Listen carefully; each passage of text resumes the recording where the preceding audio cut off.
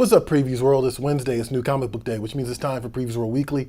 I am one of your hosts, Troy Jeffrey Allen. I'm your other host, Ashton Greenwood, aka the Duchess of Free Comic Book Day. I have hair in my face, sorry. Saturday, May 6th. There you go. Derailed my own self. We'll get more into the weeds about Free Comic Book Day, I guess, when we get into actual April, right? Because then it's going to get hardcore. Yes. Like, yeah, there's going to be a lot of Free Comic Book Day to go around going into May 6th. So definitely keep an eye out. We got people checking in already. Oh, okay. Wow, What's going on? Right? You guys were more prepared than us this week. Right. Got Tony, good afternoon, happy new comic book day. What's up, Tony? What's up? And Ubaldo is here as always. Ubaldo, good to see you. What up, what up? Annie Fox, it's so cold, but I'm all cuddled up in my thick, warm, fuzzy blanket. I'm ready for you. Whoa. Take it easy, Johnny. Or take it easy, Annie. Which one? I don't know. Somebody's got to take it easy. Somebody's got to take it easy. I need cocoa. All right. Anyway, I got no segue from that one. So you want to just tell us about your party this weekend? Positing my DNA onto the table. None of this sounds good. Anyway, okay, continue. So if you were not aware, March 25th, which just passed, is the day that Sauron is defeated in Lord of the Rings. Oh, wait, what? Yes. How's that? Wait, did it? Hold on. Middle Earth. Okay, I'm sorry. I'm going to have to derail this now. Middle Earth has the same calendar as regular Earth? Apparently. Okay. Not the same years, though. Right, yeah. But they have a March 25th. Yeah. So I've been told. I was not aware that there was a specific date assigned to his defeat until I turned up at this Lord of the Rings party. And I was like, oh. And you know, it goes to show, just as dorky as you and geeky as you think you are, there's always going to be someone dorky or geekier. So one of my best friends from high school was like a super Lord of the Rings nerd. Like that's her fandom, her thing. So she threw a Lord of the Rings themed party on March 25th, which happened to fall on a Saturday. It was perfect. Nice. It was a cosplay party, costume party, whatever you want to call it. And everyone was incredibly committed to this. I went dressed as an elf. That's my friend, Lydia. Nice. And she had like all kinds of themed Jeopardy. She had 2 rounds of Jeopardy that got like progressively more specific. It was like Lord of the Rings Jeopardy specifically? Yeah. Oh, okay, all right. Like questions specifically about Tolkien, and I was like, oh my God. Like really obscure, where was he born? Like what year did this thing happen? England? No. No, okay, all right. That was just a guess anyway. Do we know? Not anymore. Okay, that's fair. Let us know in the comments if you know. If you know. No where Tolkien was Wikipediaing born. either. Right. But it was really cool. And it's one of those things where it's like, nerds are the best, right? You tell a nerd, here, dress up, and everyone is just like in there. Full commitment, right? Yeah. Yeah, I get that. That's 100% true. No, that's cool. I guess I learned something today. I didn't know that March 25th was the day that Sauron was defeated. Now you know. They threw the ring into the volcano. So, okay, all right, I'm into it. Whatever, makes sense to me. We showed you guys a couple of weeks ago this Alex Ross pencil for a tribute to Jim Lee's X-Men #1 cover, right? Right. I just thought this was cool, and I want to show the color version of it. Oh, it's done. Yeah, because I mean, color fully painted, bing, bang, boom. Here is the final version of what will be a series of covers celebrating the 60th anniversary of X-Men #1 of the X-Men period. From 1963 till now. I just love this. I saw a few people saying online that they actually prefer the Alex Ross version, which might be sacrilege, but I could also see the Jim Lee version, which is the original, of course, right? Is a little bit more posy. Yes. And the Alex Ross one is definitely more dynamic and actiony. For sure. Right? So I get that. I totally understand that. But either way, look, the Jim Lee one's a classic. I will never throw out my X-Men #1s. I have all 4 or 5 covers. I'm down for it. But also the Alex Ross cover is just really awesome. So look for that. It looks like, from the sounds of it, according to Marvel, the first part of both covers can be collected this August with Uncanny Avengers #1. The upcoming title that sees Earth's mightiest heroes and mutant kind protecting the Marvel Universe side by side, which is actually a throwback because they did it a couple of years ago. The X-Men Avengers formed their own team. But yeah, keep an eye out on that because that's going to be in a June previews catalog, and ask your local comic shop to hold that cover for you if you can. All right, let's just dive into it. Catalog. Oh yeah, the catalog. Oh man, that was awful of me. I'm sorry. And I'm looking right at my notes, which I just threw together the last second. The April previews is actually available at your local comic shop today. On the front cover, Robert Kirkman and Lorenzo Del Felice, the team behind Oblivion Song, reunite for a new saga, Void Rivals, that launches a new science fiction shared universe. Then on our flip side cover, Jim Zub. Actually, I didn't know. That's cool. Jim Zub is doing this. And Roberto De La Torre embark on an adventure across the Hyborian Age in Titan Comics. Conan the Barbarian debuting next month in May previews. Actually, I was a little disappointed to find out that this is not in this month's previews. So yeah, you'll know. Yeah, it is an advanced. Yeah, it's an advanced solicit. So if you notice, well, actually, not even advanced solicit. Like, if you notice, it's just, they're just showcasing the cover and showcasing the book ahead of time. But it won't be until next month's catalog that you can start pre-ordering. This might be a lie. I don't think it is, though. I believe that cover is a partial wraparound. Oh. They also have the inside gatefold. Okay. So if you open the catalog and open up that back gatefold, it's all Conan stuff. Oh, hey, I didn't know that. No, actually, that's good to know. Yeah, actually, I'm a big fan of Jim Zub, so it's kind of cool that he's doing Conan. At Titan Comics, Conan's exchanging a lot of hands lately. Yes, He went and from Marvel to also a Blaze to Titan. Titan's going off. Titan is going off. They're having a moment, that's for sure. Definitely keep an eye on them for sure, because they've got some cool stuff coming down the pipeline. We do have a few more comments real quick. Yeah, what's up? We have Ubalda saying he just finally finished Dead Romans and Exo Man of War. Love it. Thank you for the recommendations. Nice. Yeah, that was this week, right? Dead Romans? Or was that last? That was last week, I'm sorry. And yeah, I've heard good things about Exo Man of War. Features some cool Liam Sharp art, so. Ubalda said that also looks like it was an awesome party. It was a very fun party. I did have to glue the elf ears to my actual ears because I have very little ears. And I did that with eyelash glue because it's skin safe. Okay, all right. That was going to be my next question. Yeah, no. Someone at the party was like, "Did you use Elmer's glue?" And I was like, "No." Why would you do that? Why would I do that? Okay, that's fair enough. So, Annie's but you were able saying to successfully remove them? She didn't mean to be provocative. Annie's just, I'm just making a bad joke. You're good. It's okay. We're guilty of being slightly provocative and making bad jokes on the show all the time. So there you go. And this is a good one. Timothy Thompson saying this is going to be his first free comic book day. So excited! Yay! Welcome to the party. You want to remind Timothy one more time what day it is? May 6th. All right, first Saturday in May. All right, let's get into this week's comics. I am guilty of picking too many books, so I'm going to burn through a bunch of them. Ashton has her pick, of course, this week. She followed the rules of the show. For once. For once. Let's get into New Release Wednesday. All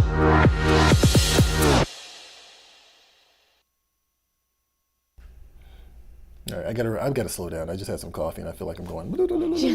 Yeah. Eyes are dilated and everything. Johnny, who should go first?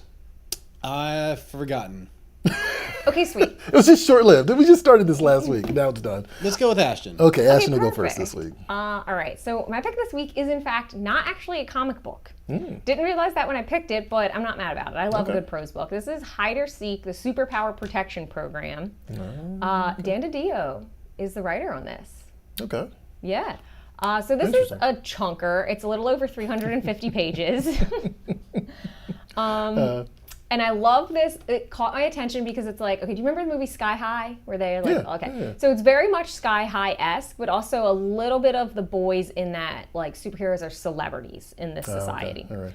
So focuses on this kid, Nick Pappas, whose father is like the superhero, like the main guy.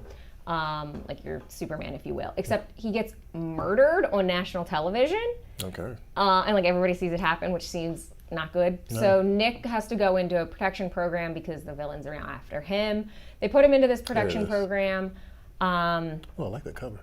But it turns out to be kind of not what it appears to be. So it turns out that the program he's put in is kind of situated in a neighborhood where all of the families are villains, like supervillain families. It's a failure to the protection system. Yeah.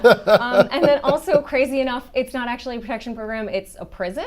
So yeah, it's a bit of a setup. Okay, interesting. But at the same time all of that's happening, Nick's starting to get his own powers and kind of like coming into his own superpowers and being a superhero. But he's going to have to kind of speed run that because he's going to have to fight these villains. Fight these villains, right? Yeah. Interesting. I wonder why they chose to make it a prose book instead of a comic. I feel like that'd be a really cool comic. Yeah, I feel like just based off the description, that visually sounds like something would be kind of cool.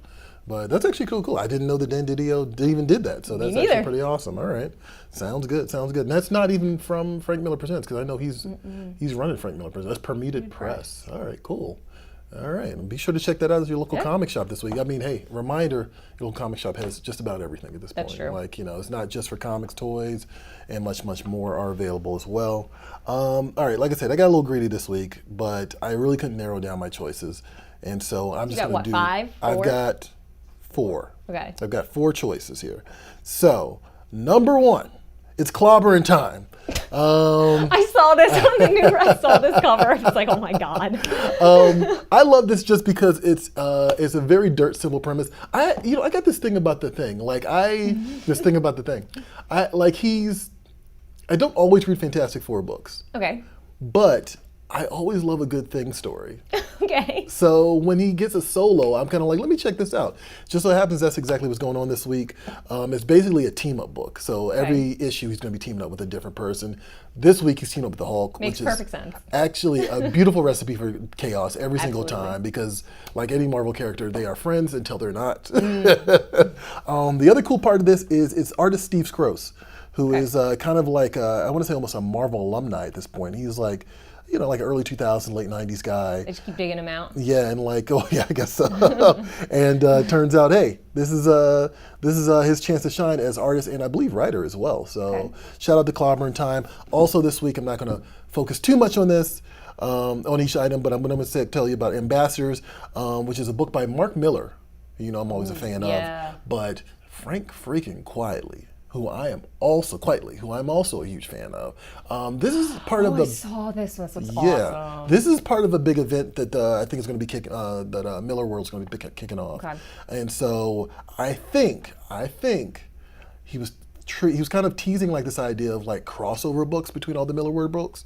So Kick-Ass, Kingsman, et cetera, et cetera. God. It looks like this might be the beginning of it. I think. I'm not sure, but the premise is, imagine you could gift superpowers to 6 people. In a world of 8 billion, who do you choose?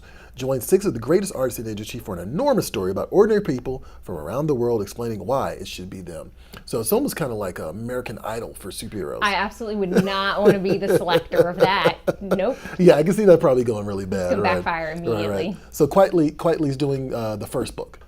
Okay. And then there's going to be different artists per issue. But knowing Miller, he's going to get some heavy hitters to back up Quietly. So check that out. Lovesick, I've talked about this book before. Yeah. Dark, Weird, Kinky. Yeah. Just if you like Grindhouse, if you like horror, this is probably the book for you. I am here for the shock appeal, and that book always delivers every single week. The artist said once recently when people were asking her what's the book about, what is the meaning of the book, she was like, it doesn't have to mean anything. I'm just going off on the pages. And I was like, okay, that's fine. Hey, go off. Have fun with that. Also, Daredevil. Daredevil's really good. And I'm still enjoying it. Number 9's out this week. Chip Zdarsky, Marco Cicchetto. Last issue, he fought a dragon and won. And now the Avengers are going to arrest him. Not because kind of because he fought the dragon, but I won't give anything away. The Punisher factors into this. So does the Hand. So does his recent marriage to Elektra. They're going to arrest him for fighting a dragon. It's it goes a little bit deeper than that. what? So do we want to do this? Yeah, hit me with it, because I'm confused. Okay, so Daredevil. Okay, in the previous series of Daredevil, they had kind of like a Civil War event, right? And all the superheroes went into hiding because Mayor Fisk decided he was going to arrest superheroes for being vigilantes. That's a short version, right? The whole thing was a wash. Luke Cage became mayor of New York City, which is a great idea, by the way. I love that idea. And now Daredevil's like, okay, let's get serious about justice, right? Let's get serious about fighting crime, right? So he's got basically... Let's get serious about it, okay. Daredevil's a big old Catholic boy, right? So he believes in redemption, he believes in retribution. So he's all like, hey, let me give some of these villains a second chance to redeem themselves. And that does not go well with the rest of the Marvel Universe. Yo, that's crazy. That's weird how that didn't pan out well. Right. Well, Daredevil also has a tendency to have very open nervous breakdowns in comics. Like Daredevil's a real wild card. You know what? It's important to have mental health representation. Yes, and I mean, some of us have panic attacks. That's kind of what Daredevil is. He's just an ongoing mental health crisis. Basket case. Which makes him actually maybe more so than Batman, which is saying a lot. But yeah, so they've been taking on. So they have their own faction that has been taking on the Hand, recently. The Punisher is now the head of the Hand, Okay. which the Punisher and Daredevil have their own personal history, and it just so happens that the Hand showed up with a dragon because they were ready to wreck shop. Sure. And Daredevil just kind of was like, he kind of had a How to Train Your Dragon moment. It was Perfect. Like, it was like, hey, you don't have to be evil. Go with God. Like literally, he was just like, go with God. And the dragon was like, And okay. then the Avengers were like, jail? Well, then the Avengers were like, okay, he's gone too far with everything, with the letting out the villains and making them, like, trying to redeem them. He's off the books. He's just doing whatever the hell he wants to. Let's go arrest him. Jail. Right, so basically jail. And, like, the last issue ended with Captain America, Iron Man, and Spider-Man being like, enough! So, yeah, we're going to see what happens with that. It looks fun. Captain America never lets anybody have any fun. He doesn't. It doesn't. You know what? That is so accurate. He's always a bit of a Debbie Downer. Yeah, I got a good point. If you draw outside the lines, Captain America's coming for your ass, that's for sure. All right. As Ashton pointed out earlier in the show, comic shops are not only for comic books, of course, right? You can get toys as well. So here's Natasha with new collectibles. And when we come back, we'll get into some news. All right. Natasha here, and I'm going to give you a look at some of the new toys and collectibles in stores today. Here's your previews toy chest for the week of March 29th, 2023.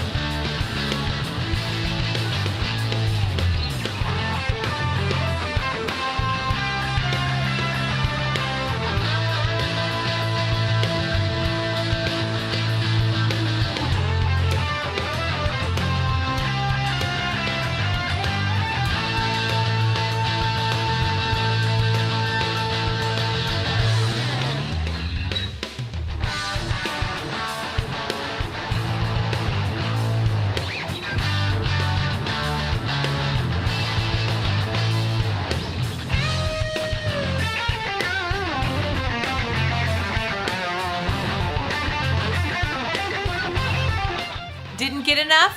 Want to see more? Then head over to PREVIEWSworld.com/catalog to see what's available to pre-order at your local comic shop.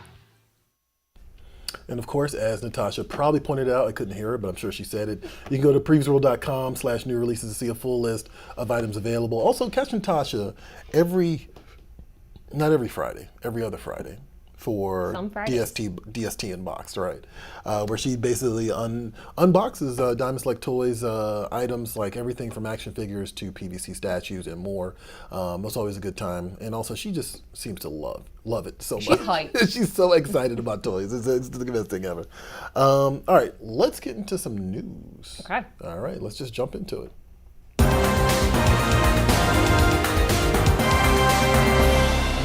News. Oh, nope. That's not the Okay, there you news. go. You silly goose. What you got this week, Ashton? Some downers. Oh yeah, that's true. Some downers, yeah. Both of them, actually.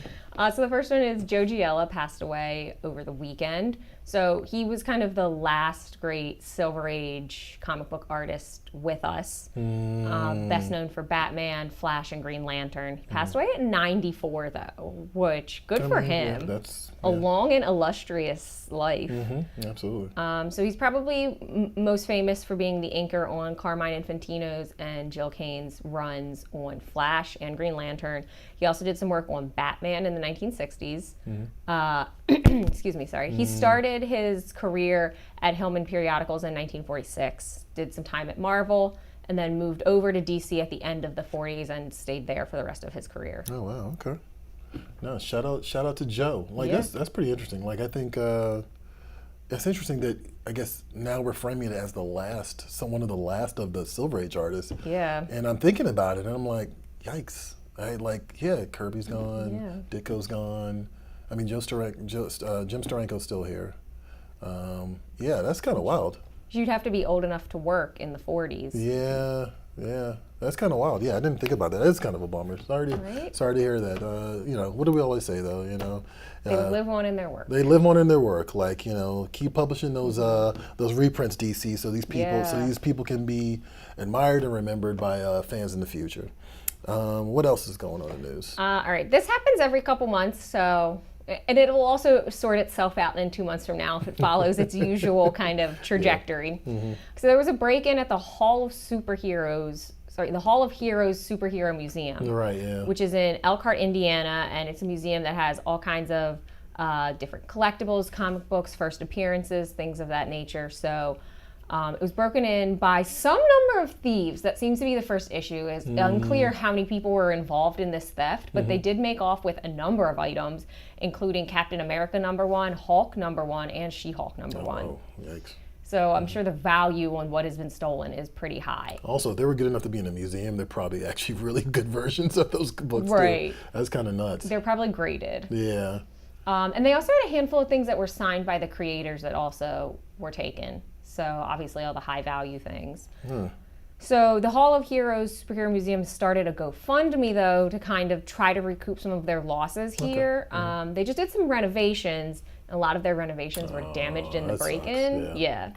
So they're looking for kind of two things with this GoFundMe. One, they are looking to fix the broken glass on the doors and the display cases and the windows. And they're also looking to try and get money to get new collectibles to kind of build up their collection now that some of them have been stolen. But if history repeats itself, as it so often does, this stuff's going to show up on eBay in 2 months. Yeah, I mean, that's always the folly of these criminals, right? Like, yes. They always flip these things. Like, where's the comic book black market? Right. We shouldn't probably give them any ideas, but I'm just sort of like, you guys immediately go to eBay and try to flip this stuff, and then someone's like, ooh, I know where this came from, and then the people get busted every single time. So, I don't know. Do better, criminals. Actually, don't do better. Get busted. Get busted and return those books. Yeah, jail, and then return those books back to the Hall of Heroes. Something Johnny caught wind of, actually, I didn't even know about, but there's murmurs of Teenage Mutant Ninja Turtles' Last Ronin video game. Ooh. Yeah, which is, I think, kind of interesting. I know a lot of my friends personally would be way into this. Doug Rosen, the Senior Vice President for Games and Emerging Media at Paramount Global, which owns Nickelodeon, which Nickelodeon owns Teenage Mutant Ninja Turtles, right? Mentioned that they're considering, or at least in the early talks, to do something video game for The Last Ronin, and likened it to God of War and God of War Ragnarok. God. Yeah, which is actually kind of cool. Rosen suggested that other characters might be playable too. Now, if you know anything about this particular book, I won't give away too much, but one of the turtles is a lone survivor, and then the other turtles are featured in flashbacks. So he's saying that basically you would be able to play the other turtles in flashbacks, but the main turtle, who's the last Ronin basically, would be the main playable character. Yeah. But yeah, it's really interesting because this is based, of course, off of the IDW book of the same name, which was mega popular. It was mega popular, like a breakout hit. Yeah. People were way into it. Definitely a post-apocalyptic, dystopia type thing, and kind of cast turtles in a new light. So yeah, you've been on the internets, the geek internets lately, you've probably seen The Last Ronin in some sort of format, like action figure, or something like that. But definitely originated from IDW books. So I know a couple of people are very interested in that. That should be cool. Also, I just wanted to point this out because I thought it was cool. Marvel's doing this thing called the Summer of Symbiotes. It's a crossover event that's going to be dropping later in the summer, of course, right? But I just wanted to note the cover, and I don't even know if you had the other cover for comparison, Johnny. There you go. So back in the 90s, this is actually a lot of Jim Lee X-Men stuff going on. Yeah. Back in the 90s, Marvel used to do swimsuit issues, right? Sure. And to give them full credit, it was equal opportunity, right? I can see that. Right. And so there was an X-Men Wolverine swimsuit has like issue. a 12-pack. Right, yeah. Well, everybody did in the 90s. Everybody did in the 90s. But yeah, so it looks like the Summer of Symbiote title is paying homage to which is super freaking cool. Yeah, which is to the Jim Lee book, which is actually, it's a Philip Tan artwork. So there you go. I just thought that was cool, and I just wanted to point that out. Pretty sure their Free Comic Book Day book is, it is like the kickoff of the Spider-Man one, right? Yeah. Yeah, it is. Okay. Actually, I'm glad you mentioned that because that crossed my mind earlier and I forgot. So, all right, good to know. But yeah, just some cool things going on in the world of nerddom, and some not so cool things, of course.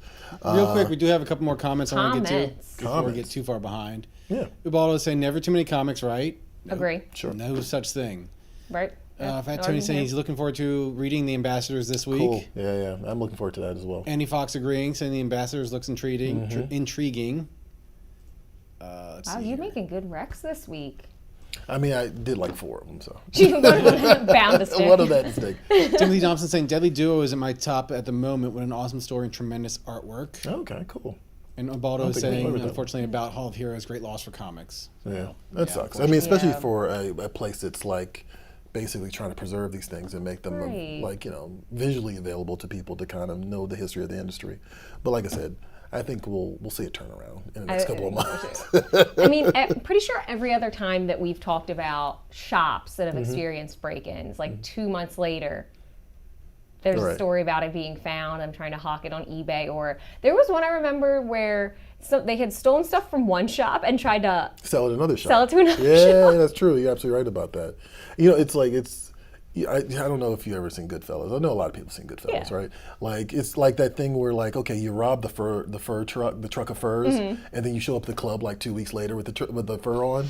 Like it's like you can't do that. You look guilty. You can't do that. You look guilty. It doesn't look right. So anyway, all right, let's get into Gems of the Month this month. Well, hold on. Do you want to talk about that other Marvel movie? Oh yeah, we should talk about that for sure. So yes. Chairman Ike Perlmutter Yikes. got the boot this week. Actually, you know what? Actually, let me preface I thought this. we were going to present this with some tact. Well, maybe not that part. The part I'm gonna be tactful about is actually 7,000 people at Disney lost their job. Look, I've been laid off before. I'm sorry, touching the mic. I've been laid off before twice, actually 3 times. Not fun. Very stressful time for people. But part of those layoffs, which I think is crazy, is the chairman, Yeah. president, and I thought at some point he was actually the owner of Marvel Comics and Marvel Entertainment and the larger Marvel brand. So, Lynn, correct me if I'm wrong, Johnny. You can jump in here anytime because I know you actually have the article in front of you. But it looked like what? The Hollywood Reporter had broke the story? No, I believe it was actually the New York The Times. New York Times, right. So, I mean, Yikes. this is about as legit as it gets, right. Also, Victoria Alonso was in that mix as well, who was like the producer of the Marvel movies since, she became a producer on the Marvel movies, but she's been working with the Marvel movies since 2008. She was in charge of visual effects. So I know a lot of things have been mentioned about Bob Iger coming back and sweeping the deck.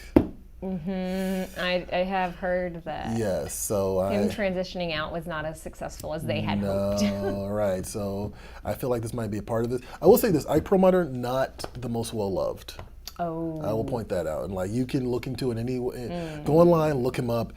There's stories about any number of unsavory things coming from Ike Perlmutter. He's also very elusive too. Like he's, Jail. Well, I don't know if he's jailable. I know some people will probably want that for him, but I just think it's really interesting. Want that for I think so. I'm sure some people probably do, but like I don't think you can. I don't think he's someone who can be incarcerated anytime soon. He's maybe a little too rich for that. Yeah, Ike Perlmutter's on the outs, and like, Yikes. it's interesting just because I've never heard good things about him. I'll be honest with you, right? But I definitely got into comics, back into Marvel Comics after the '90s crash and things like kind of got a little shaky for a while. I stopped reading. I got back into it while he was running the company. Okay. And also and not to compare them because I think they're 2 different mindsets, but also while Joe Quesada's running the company, I think it's very interesting Joe Quesada's not there anymore too. Right. And I also know that Kevin Feige is the new chief creative officer in Marvel, so. Is that for their comic books too? Yeah, for the comics too. That was announced last year, I believe. Yeah, so Johnny, if you just remember can you that. double check that for me? Yep. Does he but, know like- anything about comics? I'm so I mean, I know some people think that he does not know anything about the comics. I know some people believe that. I very much disagree. Okay. I think that Feige does love the comics. The comics were always his reference point for a lot of the stuff they did on film and television. And truthfully, a lot of the stuff that, a lot of the stuff that we've gotten in general has come from because Feige actually reads read the comics, at least read the comics at the very Right. least, grew up on them. So, you know, I think he's a comic book guy for sure. Okay. Like, I think that's his bread and butter. Like, he clearly has made his home in the Marvel Universe. More power to him. I just don't want non-comic people sticking their fingers. Right, chief creative officer, right? Yeah. So I don't know. It's going to be an interesting time for Marvel. I think that we've already seen elements of this transition. I think that some of this was already in the making, and so we're already seeing some of that shift happening. And so it'll be interesting to see how it affects Marvel creatively, but also just sort of like in how they market things, all that stuff. Like just you know, there's going to be a shift because that was definitely Perlmutter, and Perlmutter in particular had like a mindset, you know. So we'll see, but I'm curious. This is like Days of Our Lives for me. Like this is all my children for Troy. Like I am going to be watching this very closely because I am very curious about this. This is my favorite soap opera right now. Real quick, to answer your question, in October of 2019, Feige, and this is from Wikipedia, Feige, in addition to being president of Marvel Studios, was named Chief Creative Officer for Marvel Entertainment, Marvel Comics, Marvel Television, and Marvel Animation. Yeah, so all Marvel things. My lord. All right. And When then does this guy sleep? that's a good question. I also was thinking that when you were talking about the catalog earlier, you're like, this new Robert Kirkman book. I'm like, this guy's got like 3 books, and he's The TV, like 2 TV shows. he's like the chief creative officer at Image or right, yeah. something. Well, no, he's the president of Image. I thought, no, I think don't call me that. McFarlane is president. Yeah, sorry, but he's He's like a higher up guy. he's an executive at Image. yeah. Right, Plus his books, plus his shows. What? I mean, Do you have more time in the day than I do? probably not, but he probably makes time for it. You know, I mean, it's different, I guess, when it's your thing. I think it's a lot easier to get up in the morning and do your job. That's probably fair. And I'm just saying. Anyway, Kirkman is Chief Operating Officer according to the Image okay, Comics there you page. go. Right, yeah. So just saying. Anyway, so we don't have a trailer this week, right? But as I reminded you earlier in the show, the April Previews catalog is out this week. So Anna Mia is here to show you some of our gems of the month. And when we come back, we'll get into some asinine arguments. Hey everyone, Mia here, and I'm hanging out with April's Previews catalog. What's available this month? Here's a few must-haves to keep an eye on.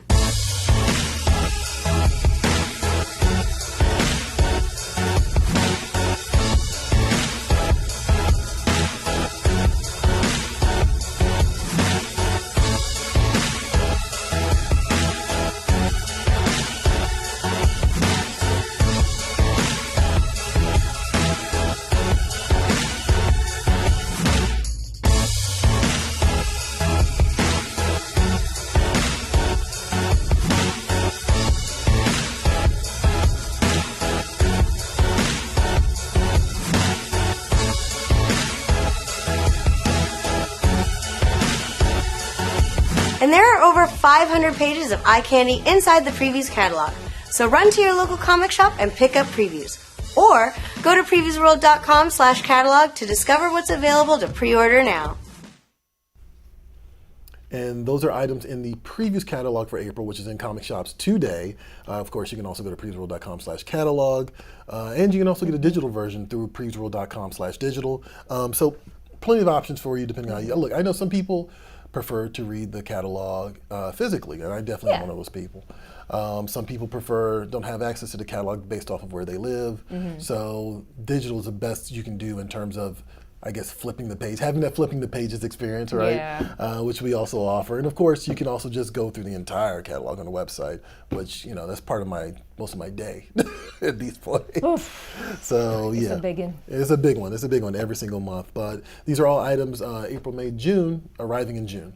So definitely, and beyond actually, because sometimes toys are a little bit further out.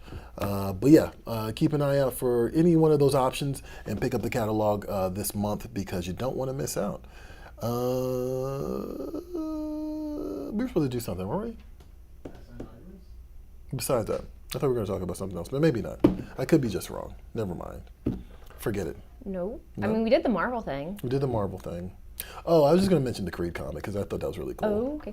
Yeah. I just thought, I saw the Creed movie. Yeah. And not to give too much away, but there's a little bit about his daughter, right? Okay. Little Layla Ali situation, Is right? she going to be the Padawan? So kind of, right. So I kind of feel it was interesting to kind of see that movie 2 weeks ago. And literally I was speculating. I was like, well, it's gonna be like almost like a Kill Bill thing where you gotta wait 20 years Yeah. for this kid to grow up and become the next Creed, right? But I guess a workaround is you make a comic book about it. So It's a good workaround. I kind of think that's cool.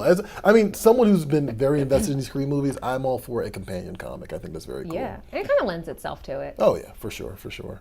Real quick, we do have a question. Dave Brown Schindler is asking, there's a digital version of the catalog? Yes, there is. Actually, if you go on the site today, there should be a link on the top of the site that will take you directly to the digital version. You have to purchase it. It's just the same as the cover price, and it comes with the free Marvel previews as well when you purchase it. Yeah, just go straight to the website and just, or you can just go to PREVIEWSworld.com/digital, take you straight there. So Is this PDF or is this the JUMAG thing? it's both. So Okay. it's we use a platform called UMag, which kind of simulates the page flipping experience for you, right? Right. But you can also download the PDF version and just grab it that way as well. So Is this here? Is it on this page somewhere? Click it or download? no, that's the customer order form. Go to the main page. And yeah, April's digital previews catalog is now available. You see that in the splash? Nope. Oh, here. There you Nope. go. It takes you right to the catalog. And yeah, like you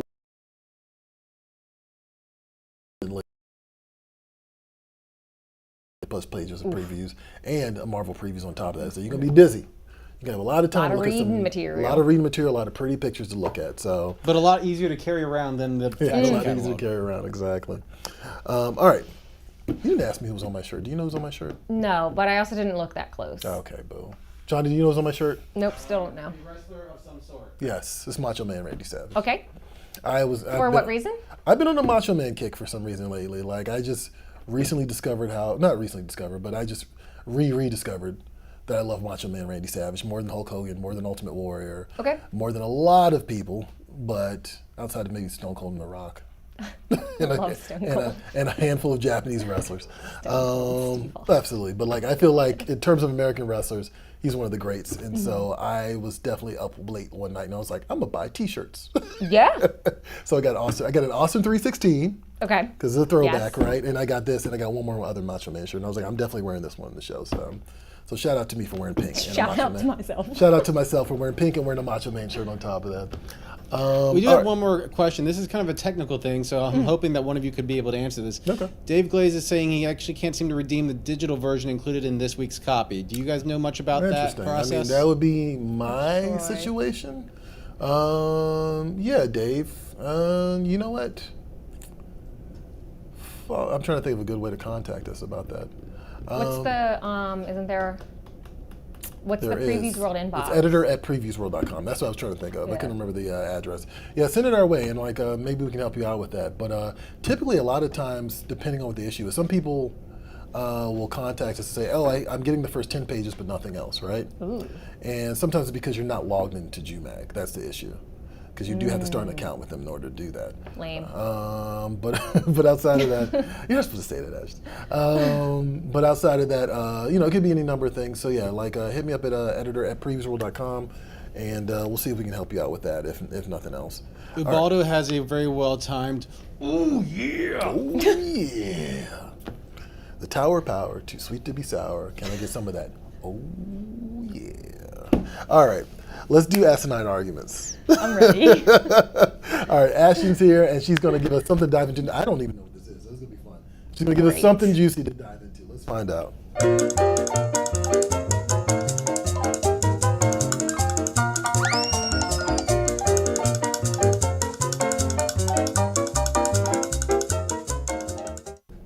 Okay, so I need to move this out of the way. I wore this shirt for a very specific reason today. Okay, all right. And it's because apparently the internet has decided that this particular shirt is the uniform for the zombie apocalypse. Because Okay. Rick wears it in The Walking Dead, Joel wears it in The Last of Us, and Lane wears it in World War Z. You know what?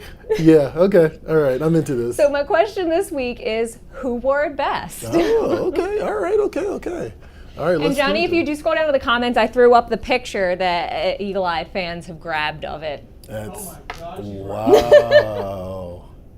That's kind of nuts. Is this like kind of like zombie apocalypse chic? Is that really what's going on here? It's got pockets. It's got buttons. You can rip it off if somebody grabs you by the True, shirt. it's true. If zombie tries to grab you from Yeah. behind, you can just like, didn't run off. Break away. Right, yeah. Actually, you know what? Yeah, there's with a utilitarianism or whatever, or utility aspect to it. So I get that. Huh. That is hilarious. I never would have thought of that as a common factor. All right, so who wore it best? I mean, isn't Pedro Pascal the internet's daddy? I keep hearing that. He is. I didn't make that up. I didn't make that up. No, that's apparently, a straight up fact. That's a straight up fact, apparently, depending on who you ask. So, I mean, I'm going to go with Joel. But what about you, Johnny? I mean, I'm going with Joel, but I'm wondering if that's just because of, like, it's recently in our minds. Like, it just, like, the last episode just ended, like, a couple weeks ago. Oh, yeah, it did. That's right. It did wrap up. I didn't Rick watch hasn't last been on week. The Walking Dead for a while. Right, How yeah, many true. years Rick ago did do a lot of sweating in his shirt, though. Every time I saw a clip of Walking Dead or still, Rick was like drenched. Like, Yes. I was like, wow. This shirt was initially white. Yeah, it's stiff with jeez. dried sweat at this point, putting work in. Just putting work in. I hope they at least were able to, like, I don't know, air dryer or something like their clothes in the zombie apocalypse. 'Cause Air dry it. That's rough. Caked That's with real blood. rough. Yeah, caked with blood and sweat. I don't know, Ashton. Who do you think wore it best? I think Rick. Okay. All right. And I will only say that because they're in hot weather a lot, so the shirt is visible a lot more than like having jackets over it or True. whatever, Yeah, like the other two. Yeah, I can understand why you'd pick Pedro Pascal though. Yeah. I mean, I just don't want the internet to be mad at me, so I'm going to pick Joel. I mean, I have a feeling I feel like this is going to be a blowout. Yeah. I also don't feel like, I don't know, I mean, Brad Pitt's Brad Pitt, but like, I think of the two other options, the more memorable is Last of Us and Walking Dead. The other interesting thing though is like, Lane doesn't fight zombies really. He's Mostly runs away from them. yeah. I mean, he works for like the UN. His whole thing is he's trying to find a cure. He's a scientist. All right. More yeah, or less. Yeah, that's right. Was he a scientist? Okay, yeah. Sometimes I get the book mixed up with the movie. Okay, yeah. He wasn't a journalist? I thought he was a journalist. I might be thinking of the book. I might be getting mixed up with the book, but okay. Either way. All right. It looks like the Joels have it. The Joels. Wow. Yep. There Yeah. you go. There you go. I mean, you need to call up Robert Kirkman and tell him he's losing in this category. I'm just gonna I'll tweet it at The Walking Dead. Yeah. It seemed to work last It time. seemed to work last time. Actually, you know what? Yeah, like do that, please. I want to see Walking Dead flex on Last of Us, like 100% on Twitter. Oh my god, I want that so bad. I want to see that happen, 100%, absolutely. As usual, the poll is over when? Friday. Okay, I was like, as usual, and I was like, wait, when is it? I It's don't usually know. 3 days, Wednesday, Thursday, Okay, Friday. cool. 2 days left. And we do have a couple more comments. All right, yeah, go for it. Annie is saying, Troy, that your shirt looks more coral on YouTube. Oh, interesting. It does? Coral. She's also chiming in terms of who wore it best. Ashton, you wear it best. Thanks. Actually, no, that was the right answer. You're right. Let's see. Stantastic Four says, sorry I'm late. I'm going to have to check out the video on demand. Definitely going with Daddy Pascal here. I mean, look. Facts. Did you see the SNL skit where he was doing this? That was so ridiculous. I didn't even know that was a thing until I saw that skit. And then after that, it's like I keep seeing like references to him being daddy. And I'm like, Yo, my so entire uncomfortable. TikTok feed, like every other video, is Pedro Pascal being daddy.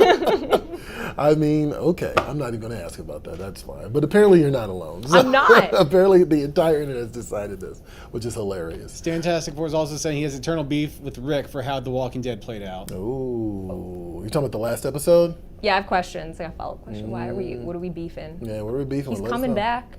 They started Oh, yeah, production that's on right, that yeah, Rick yeah. and Michonne Yeah, Rick and Michonne, that's right, yeah. movie. I would rather the way it played out on the Walking Dead show than the way it plays out in the comics for Rick. Ooh, okay. All For right. a pure, I don't want to spoil anything, for a purely selfish reason. Okay. I love Rick. Right. I love Rick. I think he's a perfect leader. I think he has got enough morally gray qualities that keep him just this side of being a villain, but also still able to make hard decisions and stay interesting. He did get the send-off he deserved in the comics, but if my choice was like good send off or no send off. I'd rather no send off. Okay, interesting. All right.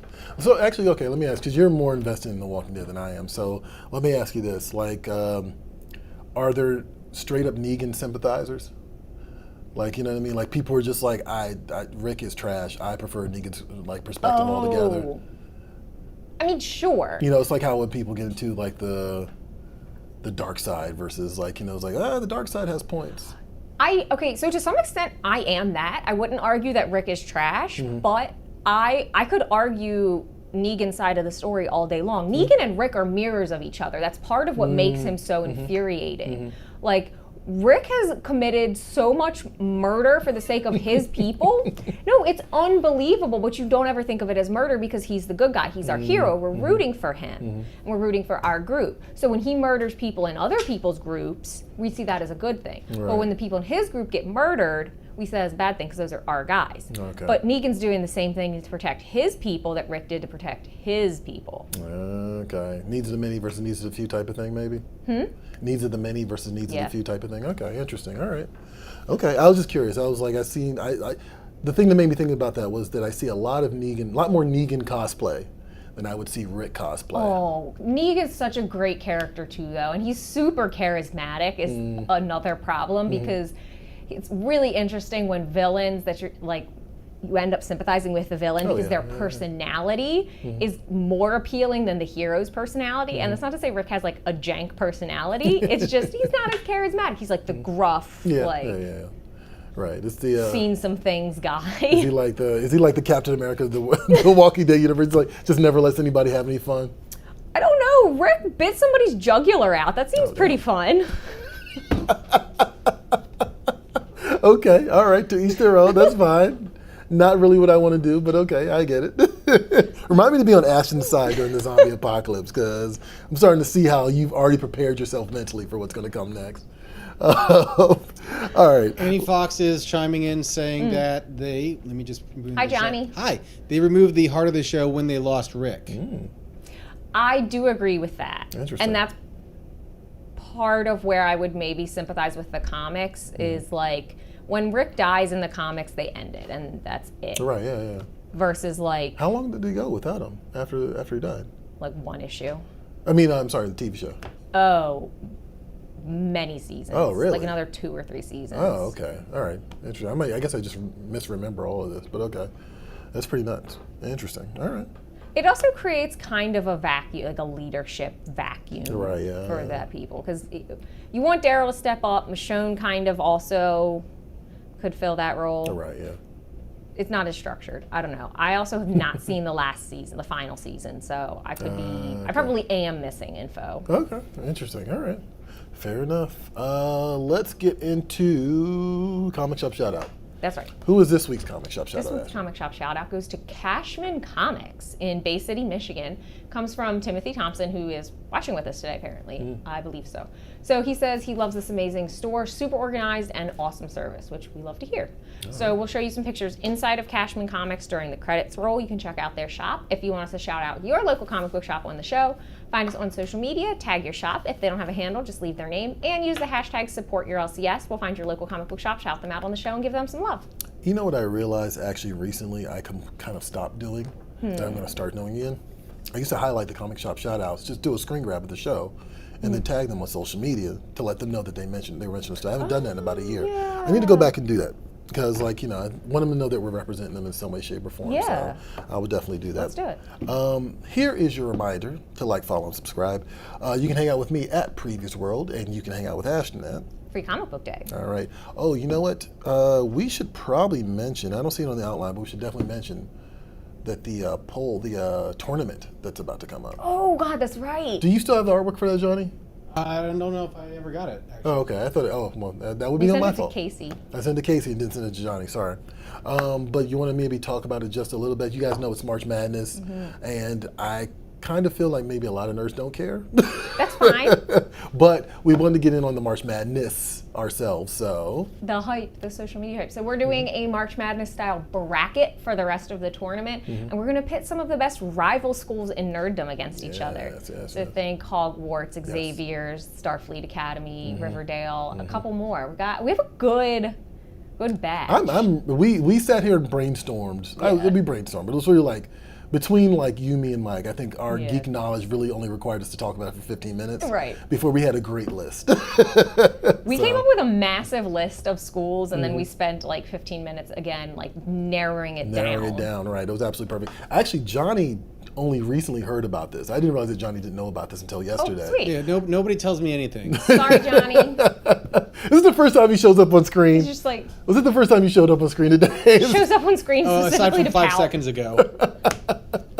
But like Johnny said, like when I told him who was on the list, he was like, "Oh, that's a great list." It is a good list. So yeah, we're gonna have some fun. We're gonna probably start on Thursday. I want to say. I think that's the plan anyway. And some of your favorite comic book characters are gonna be very much well represented. The comic book schools, very specific, gonna be very much well represented. I'm just gonna throw this out here. Some people, some of the schools are not known for violence. Is that true? Some of them aren't, I would say. Like Starfleet is passive. Jedis are supposed to be passive. Yeah, but Jedis are so full of crap. It's not even funny. Like whatever. That's true. It's true. They are. That's true. That's very true. I was going to argue that point. I was like, no, that's kind of the entire plot of Revenge of the Sith. But yeah, some of them are supposed to be passive, but put some thought into it when you're voting, because if you really think about it, that might not be the case. Riverdale High for the win. Archie didn't fight that bear for nothing, you guys. Right, there you go. Absolutely. I know we're going to get questions about like, well, what version of the school are we talking about, right? We're going to get those, right? Always. It's whichever one you want. I never answer those questions because there's no way to answer it correctly. No. You say one thing and like half of everyone is happy and then the other half are going to yell at you. They're going to yell at you, right? Yeah, it's whatever version you want. So that's how you decide who's going to win. We're going to let you guys vote, and then I think by next Wednesday's show, we should have the final results in, or at least we'll be approaching the final results. So definitely keep an eye on Free Comic Book Day's Facebook page very specifically, and hang out with Ashton and start some yelling, and I'll be definitely co-signing that as well. Real quick, let's talk about what's on PREVIEWSworld.com. So Stefano Cardacelli has a new book, which actually was going to be one of my other picks this week, but I figured 5 might be pushing it, and I get to talk about it now. So Holy moly. He's got a cool book called Don't Spit in the Wind. I almost picked this actually. Yeah. I love this because it's basically about garbage men in the future. Yeah. Basically cleaning up the planet because it's so full of trash. Perfect. And humans have just left. Isn't that the plot to WALL-E? Kind of, it is actually. It's kind of the plot to WALL-E. Stefano is like more of a heavy metal guy, like heavy metal magazine type of guy. So expect this book to get there and be way more gruff than what people would expect. But I think this is so cool, and I love the artwork. Love the artwork. It has so much personality behind it. Second time interviewing Stefano Cardacelli, and he's going to give you some insight, as you can see, into his creative process, which is part of a series of interviews that I do called Get Graphic. Right. I try to do these every single week. Sometimes I don't always get the artists in time to do it every single week, but definitely keep an eye on PREVIEWSworld.com because that's definitely where the Get Graphic interviews live, and I'm gonna keep doing those because I love it, and I kind of feel like people like it as well. Like people in general want to see how comics are made because I feel like a lot of people don't understand how comics are made. Yeah. Also, Troy, real quick, can I just ask you? Yeah. Does that art not remind you of Keith Giffen? Yes, 100%. Yep. Yeah, yes, absolutely. Actually, you know what? I'm going to bring that up later when I post it somewhere. Also, Ashton. That's me. On Friday, you and the Previous World All-Stars, I'm going to say, Natasha and Anna Mia, are going to be talking Monstrous from Image Comics. This is cool. This is something that I've been hearing about a long time. I have not read it. I started reading it last night, and it immediately sucked me in. Good. Marjorie Liu, Santa Takeda, an Image title that's been a critical darling, a best-selling title on top of that. And we're doing this because it is Women's History Month. And so... No boys allowed. No boys allowed. I'm not on the show. I'm not on the show. But I figured it'd be really cool to have 3 women talk about a title that's entirely created by female creators, so female artists and female writers specifically. Yeah, with a female hero. With a female hero, absolutely. So definitely check that out. If you've ever been curious about Monstrous, which I definitely have, you should check that out because it's one of those books that just has a name and has a name for a reason, and it's worth checking out. So that's Friday.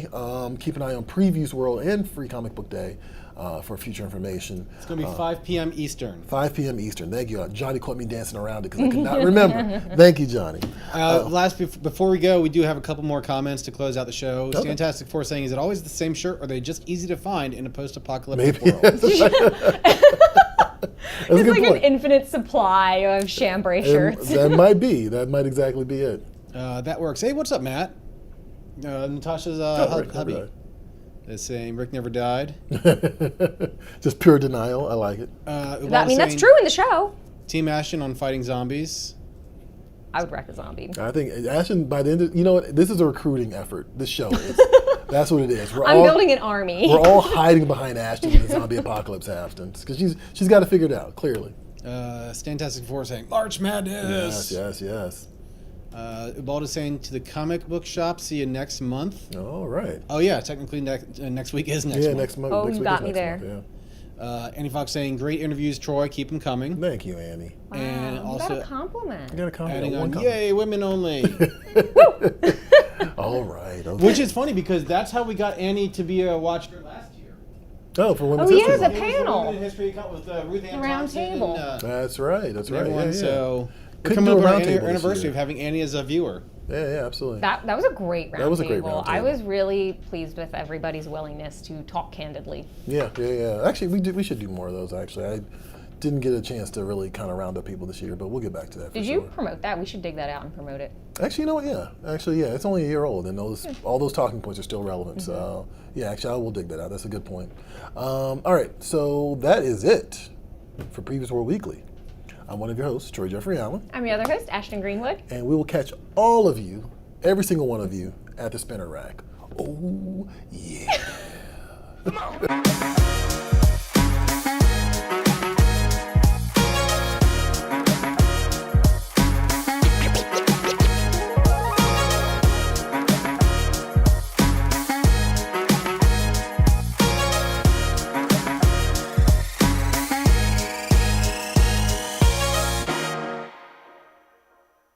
Be sure to follow Previews World on all of our social media platforms to stay up to date on new comic releases, toys and collectibles, articles, and much more. Set foot on Previews World.